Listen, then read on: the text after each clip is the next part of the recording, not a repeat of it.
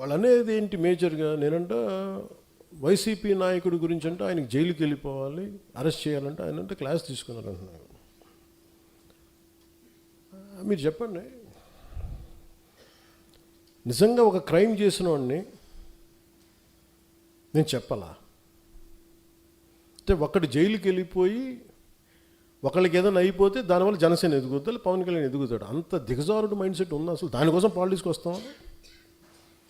అసలు మీరు పాలిటిక్స్లో మీరు ఎంపీ ఇలాంటి వాళ్ళు ఎవరు పాలిటిక్స్లో లేనప్పుడు కదా నేను వచ్చి రోడ్డు మీదకి వచ్చి ఆ రోజున వైఎస్ రాజశేఖర రెడ్డి గారు ముఖ్యమంత్రిగా ఉన్నప్పుడు కదా నేను నా తుపాకీని సరెండర్ చేసి కదా నేను పాలిటిక్స్కి వచ్చింది. ఏం మాట్లాడతారు మీరు?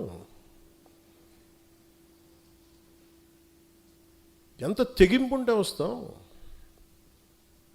ఎంత తెగించే గుణం ఉంటే వస్తాం పాలిటిక్స్కి. అలాంటి నేను కూర్చోబెట్టంటే వైసీపీ నాయకుడు అంటే ఆయన జైలుకి వెళ్ళాలని చెప్పానని ఈయన ఊహించుకొని చెప్తారు. అదో పెద్ద న్యూస్ అది. మరి మీరు అందరికీ కళ్ళుకి ఏం కనిపించట్లేదండి? మీ అందరికీ సమస్యలు కనిపించట్లా? ఎంతసేపు వైసీపీ నాయకుడు జైలును ఇవేనా? నేను వెళ్ళి ప్రధానమంత్రి గారితోటేను అమిత్ షా గారితో మాట్లాడితే ఇవే కనిపిస్తాయా? ఇంకేం ఉండవు మాకు సమస్యలు? దేశ భవిష్యత్తు గురించి మాట్లాడమా? ఆంధ్రప్రదేశ్ అభివృద్ధి గురించి మాట్లాడమా? కూర్చోబెట్టి వీళ్ళని జైల్లో పెట్టండి, వాళ్ళని జైల్లో తీయండి, వీళ్ళ నడుంకి బెల్ట్ కట్టేయండి, వాళ్ళ గురుజులు ఇవే చెప్తాం చెన్నాలి. అయినా నేను వాళ్ళకి చెప్పాలా? వ్యవస్థకి నేను చెప్పాలా? ఏసీబీ కోర్టులోనూ వాళ్ళకి క్రైమ్స్ లేవా? రిజిస్టర్ అవ్వలేదు, వాళ్ళు కోర్టులకు వెళ్ళవు, కోర్టులు పనిచేయట్లేదు, కోర్టులకు మేము చెప్పాలా? సుప్రీంకోర్టు జడ్జిలకు తెలియదా ఎవరు నేరం చేశారు, ఎవరు చేశారని తెలియదా? మేము చెప్పాలా? ఇది నన్ను ఇన్సల్ట్ చేయడం కాదు, అమిత్ షా గారిని ఇన్సల్ట్ చేయడం కాదు, వ్యవస్థని అవమానపరచడం. నేను ఎందుకు పట్టించుకోనంటే Newton's third law, for every action there is an equal and opposite reaction. చర్యకి ప్రతిచర్య ఉంటుంది. కర్మ వదలదు ఎవరిని, కర్మ ఎవరిని వదలదు. ఎవరు చేసిన పనులు వాళ్ళు తగులుతాయి అంతే. అది మంచి కావచ్చు, చెడు కావచ్చు. సాధ్యమైనంత మంచి చేయడానికి ప్రయత్నం చేస్తాం. అలాంటిది నేను కూర్చోబెట్టి వాళ్ళని జైల్లో పంపించండి, వీళ్ళని జైల్లో పెట్టండి ఏంటి? ఆ సెంటిమెంట్ అంతా కూర్చోబెట్టి మీరు ఏదైనా అయిపోదామనా? దానికి నన్ను వాడుకోకండి దయచేసి. పవన్ కళ్యాణ్ అనే వ్యక్తిని మీ పెరుగుదల కోసం, మీ ఎదుగుదల కోసం పంచింగ్ బ్యాగ్ లాగా వాడుకుంది చాలు, ఇంకా ఆపేసేయండి.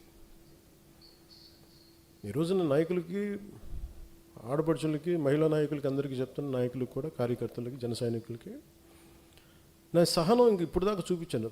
ఒక పుష్కరం తర్వాత నేను నా సహనం భరించాను, నేను అందరినీ భరించాను. ఇక భరించడాలలో కాన్సిక్వెన్సెసే ఉంటాయి ఎవరికైనా సరే. నాకు ఆ భయాలు లేవు. నాకు అసలు ఓడిపోవడాలు, గెలుపుల మీద నాకు ఏమీ లేదు. నేను ఎప్పుడు ముందుకే వెళ్తాను. అంతేగాని కూర్చోబెట్టి వీళ్ళనంటే ఈ మాట అంటే ఓట్లు పోతాయండి, వాళ్ళనంటే ఇది పోతుందండి, ఆ భయాలు చేసేసే దేశాన్ని ఇక్కడ దాకా పట్టుకొచ్చారు అందరూ. ఒక సమస్యని సమగ్రంగా అర్థం చేసుకొని మాట్లాడటం, దానికి కుదిరితే ఒక పరిష్కార మార్గం వెతకటం, చేసిన ఒక నిర్ణయానికి ధైర్యంగా నిలబడి కట్టుబడి ఉండటం నాకు తెలిసింది. అది నేను ఎక్కడి దాకా తీసుకెళ్తా అక్కడి దాకా తీసుకెళ్ళాను. అంతేగాని కూర్చోబెట్టి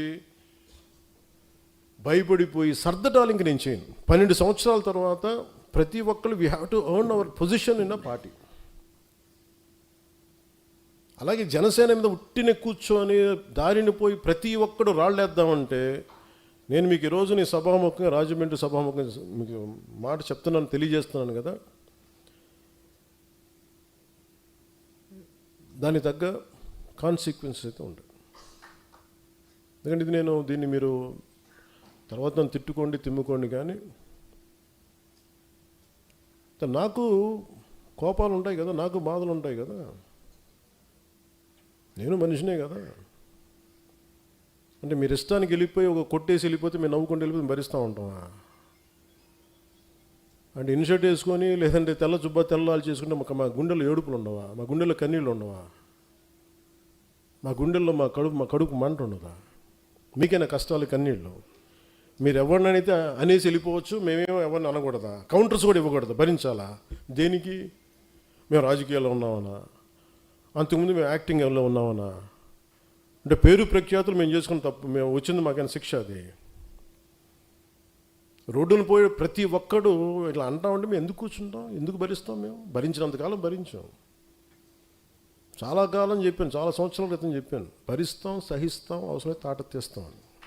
ఇది నేను సరదాగా చెప్పలా, అదేదో సినిమా డైలాగులుగా చెప్పలే. నాకు ఉన్న చిరాకు, విసుగు. ఎందుకంటే చాలా సగటు మనిషి కోపం నాది. భరించి భరించి భరించి ఎంతకాలం భరిస్తాం? దేనికైనా హద్దు పొద్దు ఉండదు ఎవరికైనా. కొన్ని టీవీ ఛానల్స్ ఉంటాయి, వాళ్ళు బెదిరిస్తూ ఉంటారు. ఇప్పుడు మొన్నేదో సివిల్ సప్లైస్ గురించి ఏదో న్యూస్ వస్తుంటే విచిత్రమైన, ఇందాక చెప్పాను కదా, బయట కూడా డోర్ తెరవడు, మనకి లోపల డోర్ తెరుస్తాడని. ఒక జనసేన నాయకుడు ఇంకో జనసేన నాయకుడు ఆ టీవీకి లీడ్ ఇచ్చాడు. నాకు అది కూడా తెలుస్తూ ఉంటుంది. ఏం మాట్లాడదాం? సివిల్ సప్లైస్ ఏదో రైస్ ఇట్లా ఉంది, అది ఇదని మాట్లాడితే నాకు ఆశ్చర్యం కలిగింది.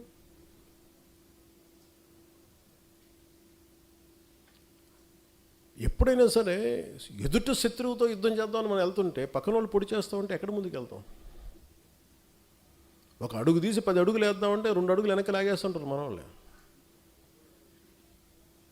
అందుకని ఇంక నేను ఇప్పటిదాకా నేను పార్టీ పగ్గాలు పూర్తిగా ఎందుకు తీసుకోలేదంటే, నాకు అనుభవాలతో రాటు తేలిన సమూహం వచ్చేవరకు నేను వెయిట్ చేద్దాం. పుష్కర కాలం వెయిట్ చేశాను. పుష్కర కాలం తర్వాత మీ అందరికీ అనుభవాలు వచ్చినాయి. ఒక ఐడియాలజీ నమ్మితే దాన్ని ఎక్కడి దాకా పట్టుకురాగలం మీకు చేసి చూపించారు. ఇప్పటి నుంచి పార్టీకి సంబంధించిన కార్యాచరణ చాలా బలంగా ఉంటుంది. చాలా చాలా చాలా బలంగా ఉంటుంది. ఎందుకంటే నేను ఇంకా నాయకులు తప్పులు కానీ ఎవరైనా సరే నేను ఉపేక్షించాను. నేను పబ్లిక్గా చెప్పేస్తాను. ఎందుకంటే మీరు పబ్లిక్గా మీ ఇష్టాలకి మీరు మాట్లాడేస్తున్నప్పుడు నేను మిమ్మల్ని కూడా నుంచోబెట్టేస్తాను, కార్యకర్తల ముందు నుంచోబెట్టేస్తాను. ఒక కార్యకర్త తప్పు చేస్తే మిగతా కార్యకర్తలు కూడా దాన్ని కరెక్ట్ చేసుకోవాల్సిందే. మనందరం కలిసి ఒక తాటిపైన నడుద్దామంటే అందరికీ బాధ్యత లేకపోతే, మటుకు ఏకాభిప్రాయం లేకపోతే మీరు ఉండొద్దు దీంట్లో. సంతోషంగా వెళ్ళిపోయి నాకు ఇబ్బంది లేదు. ఒక సైనిక పఠాలంలాగా ముందుకెళ్ళాలంటే అందరూ ఫార్వర్డ్ మార్చి వెళ్తుంటే మీరు బ్యాక్వర్డ్ మార్చి, మీరు సైడ్ వేస్ మార్చి, లేదని బాయినెట్ తీసుకొని పక్కన డొక్కలో పొడుస్తూ ఉంటే మటుకు ఊరుకోం.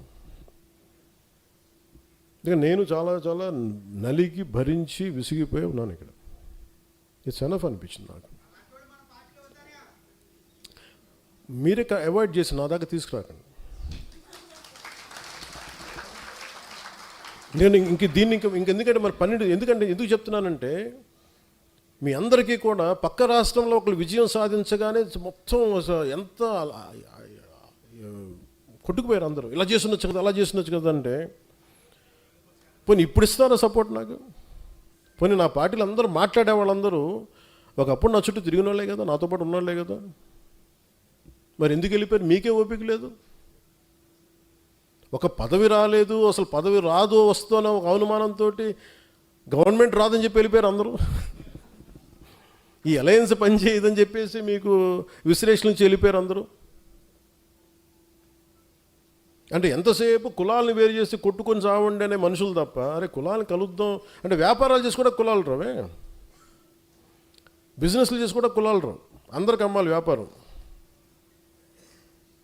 కన్వీనియంట్గా మాట్లాడి ఈ ఆంధ్రప్రదేశ్ బాగుపడద్దు అనిపిస్తుంది ఒకసారి నాకు. కులాలు రెచ్చగొట్టే గొడవ ఏంట్రా బాబు మీ అందరికీ? ఇది ఒక సోషల్ ఫ్యాక్ట్, ఒక సామాజిక సత్యం, భరించాలి, తప్పదు. సడన్గా విశ్లేషకుల గురించి ఏదో మాట్లాడుతుంటే ఆయనకు సంబంధించిన ఒక కులం ఒక లెటర్ హెడ్లకు అయితే చూశాను నేను, నా దగ్గర పంపించారు. అసలు ఇలా ఇబ్బంది పడుతున్నారంటే నేను చెప్పాను, ఇందులో కులం ఎక్కడుందన్నాను, ప్రాంతం ఎక్కడుంది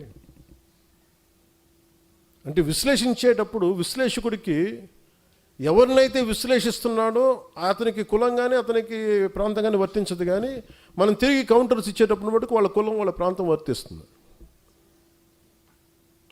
అంటే అమిత్ షా గారిని మనం ఏదైనా అనేసేయచ్చు, పవన్ కళ్యాణ్ ఏదైనా అనేసేయచ్చు, వాళ్ళు మటుకు మనం ఏదైనా అంటే మటుకు నేను నా కులం నా ప్రాంతం మటుకు అలా ఎలా కుదురుద్దే? అన్నీ మీ కన్వీనియన్స్కే, అన్నీ మీ కన్వీనియన్స్కే. మేమేంటి చేతులు కట్టుకొని కూర్చున్నాం? మేము అందరం మీ ఇష్టానికి కూర్చొని మాట్లాడితే మా కోపాలు రావా? మాట్లాడతాం. అందరికి ఎన్నిసార్లు భయపడిపోతాం అనుకుంటున్నారా? ప్రతి ప్రతి ఆర్గ్యుమెంట్కి ఏ ఆర్గ్యుమెంట్ ఇదే చెప్తున్నాను, ఇలా భయపెడదాం అనుకునే వాళ్ళకి చెప్తున్నాను కదా.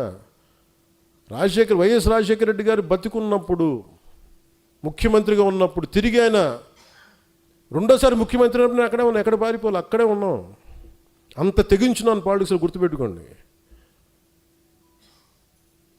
మీరు కూర్చోబెట్టి మీ కన్వీనియంట్ ఆర్గ్యుమెంట్స్ తీసుకొచ్చి ఇలా మాట్లాడితే జనసేనని హ్యాండిల్ చేయాలి, ఎంత తెగించి వచ్చానంటే నాకు ఎంత తెగింపు ఉంటుందో మీరు ఎంత ఊహించుకుని తక్కువ, గుర్తుపెట్టుకోండి. మీకు ఎంత యుద్ధం కావాలి అంటే నువ్వు కోరుకున్నంత యుద్ధం ఇవ్వగలవు, అది నీ కెపాసిటీ. అది నువ్వు ఎంత చేస్తే నేను ఇంత చేస్తాను, నువ్వు అంత అంటే అంత, నువ్వు ఎంత అంటే అంత. కాకపోతే నేనంటే నేను చాలా విఘ్నత ఉన్నవాడిని, విచక్షణ ఉన్నవాడిని కాబట్టి నేను పరిధిలో మాట్లాడతాను. స్థాయి దాటాను అనుకోండి, నాకు ప్రాణాల మీద పెద్ద లెక్కేం లేదు. నాకు పిల్లలు ఉన్నారు, కుటుంబం ఉంది, అన్నీ వదిలేసుకొని రాగలను. నువ్వు రాగలవా? నేను రాగలను. పోగొట్టు కూడా నాకు ఇంత ఉంది, అన్నీ పోగొట్టు కూడా సిద్ధంగా ఉండే పాలిటిక్స్కి వచ్చా. మీరు రాగలరా? నన్ను విమర్శించేవాళ్ళు మీరు రాగలరా? నేను రెడీ దానికి. మీరు ఎక్కడ ఎలాంటి గొడవలు పెట్టుకుంటారో చెప్పండి, నేను రెడీ దానికి. మీ క్వశ్చన్ చాయిస్ మీకే ఇస్తున్నాను, అంతేగాని నన్ను రెచ్చగొట్టేయకండి అందరినీ. ఇదే రాజమండ్రిలో నా కన్వీనియంట్ ఆర్గ్యుమెంట్ కదా. అంటే ఈరోజు టాపిక్ ఎందుకు తీసుకున్నానంటే, విశ్లేషకుడి గురించి ఎందుకు తీసుకున్నానంటే, జగన్ అనే ఒక వ్యక్తి ఆయన జైలుకి వెళ్ళిపోతే పవన్కి ఏదో మరి వాళ్ళ పిచ్చి లాజిక్ ఏంటో నాకు అర్థం కాదు, కానీ ఆ తెలివితేటలు నాకు అర్థం కాదు. కానీ మరి అలాంటప్పుడు అదే తెలివితేటలు దాన్నే బేస్ చేసుకుని చంద్రబాబు గారు జైల్లో ఉన్నారు కాబట్టి రైట్ టైంలో పాలిటిక్స్ మనం ఇప్పుడు వెళ్ళిపోదాం, ముఖ్యమంత్రి అయిపోవచ్చు అనుకోవచ్చు కదా. అది కూడా పాసిబిలిటీ ఉంది కదా. అలా అనుకుంటే అయిపోతావా? అలా అనుకుంటే జరిగిపోతావు? ఏమో అన్నీ నువ్వు జరగచ్చు, జరగకపోవచ్చు, but that is not my value based కదా. నా మోరల్ ఫైబర్ వర్క్ అది కాదు, నా మోరల్ ఫ్రేమ్ వర్క్ అయితే అది కాదు. ధైర్యంగా నిలబడి మాట్లాడి శత్రువు బలంగా ఉన్నప్పుడు కొడతాను నేను, గుర్తుపెట్టుకోండి. శత్రువు బలహీనంగా ఉన్నప్పుడు నేను కొడను, బలంగా ఉన్నప్పుడు నేను బలంగా కొడతాను. అంతేగా నేను కూర్చోబెట్టి నువ్వు బలహీనంగా ఉండి నీకు జబ్బు వచ్చినప్పుడు తోసినట్లు, నువ్వు బాగా ఆరోగ్యం పుంజుకో, బాగా బలంగా పెరుగు, అప్పుడు కొడతాను నేను. అందుకని మీరు ఇవన్నీ కూర్చోబెట్టి నా దగ్గర వచ్చాయి. అలాగే టీవీ ఛానల్స్ కొన్ని ఉన్నాయి, మీరు 2-3 ఆర్టికల్స్ చేస్తారు, వెంటనే నేను ఈరోజు చెప్తున్నాను, అలాంటి అన్ని టీవీ ఛానల్స్ కానీ కొంతమంది certain websites, certain social media handles, మీరందరూ ప్రభావితం చేసే స్థాయిలో మీరు ఉన్నారనుకున్నారు కాబట్టి మేము కూడా మీకు ఎదురుదాడి చేస్తాం, గుర్తుపెట్టుకోండి. మీరు మమ్మల్ని